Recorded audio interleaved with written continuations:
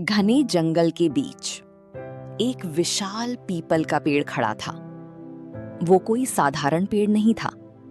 उसकी जड़ें इतनी गहरी थीं, मानो धरती को थामे हुए हों, और उसकी शाखाएं इतनी फैली हुई थीं कि पूरा जंगल उसकी छांव में सांस लेता था। जब सुबह की पहली किरणें जंगल पर पड़तीं, तो उसकी पत्तियां सुनहरी रोशनी में चमक उठतीं, और ऐसा लगता जैसे वो पेड़ पूरी जंगल को जीवन दे रहा हो। उस पेड़ पर न जाने कितने जीवों का घर था। तोते, गिलहरियां, चिड़ियां। हर सुबह उनकी चहचहाहट से पूरा जंगल गूंज उठता। और उन्हीं के बीच रहता था एक चंचल बंदर, मोहन। मोहन बचपन से उसी पेड़ पर पला बढ़ा था।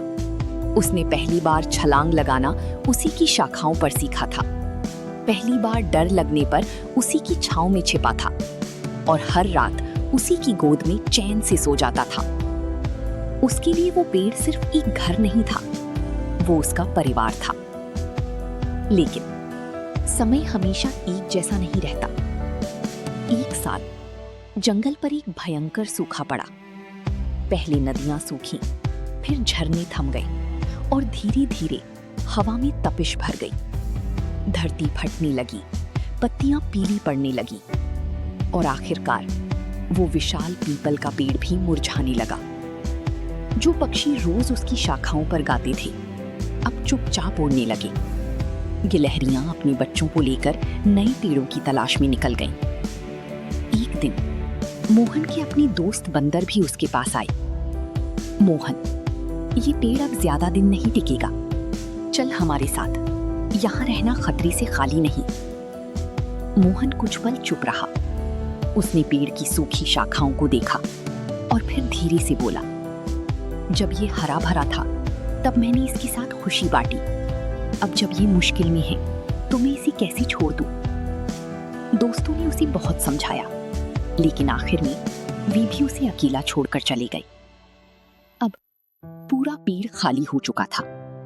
न चहचहाहट, न खेल कूद, सिर्फ सूखी शाखाएं और सन्नाटा।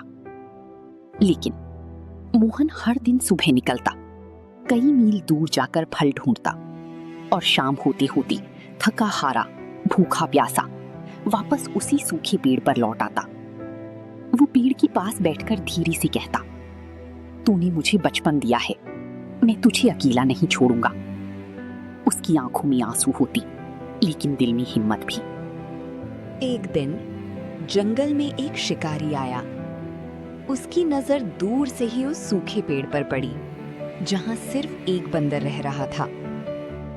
आसान शिकार, उसने मन ही मन सोचा।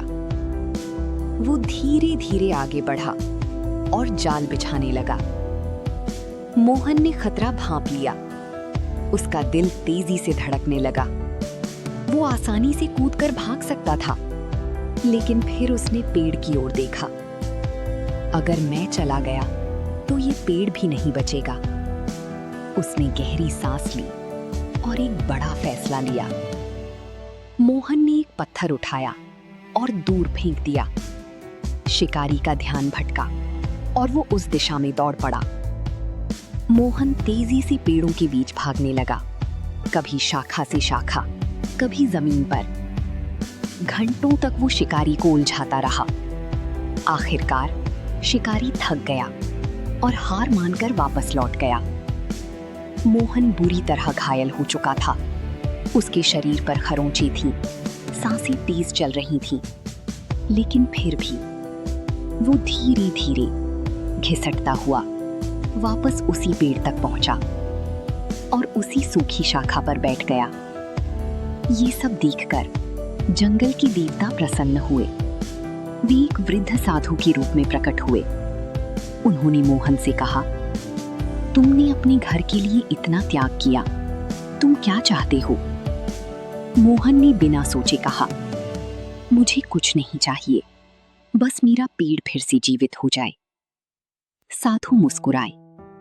अचानक आसमान में बादल छा गए, बिजली कड़की और तेज बारिश शुरू हो गई। बारिश कई दिनों तक होती रही।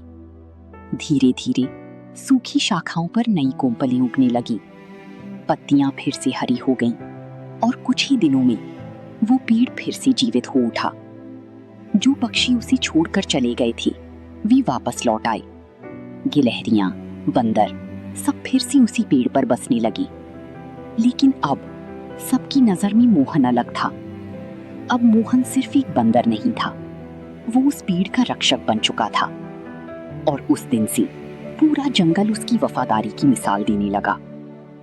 सच्चा साथ वही होता है जो मुश्किल वक्त में भी साथ न छोड़े।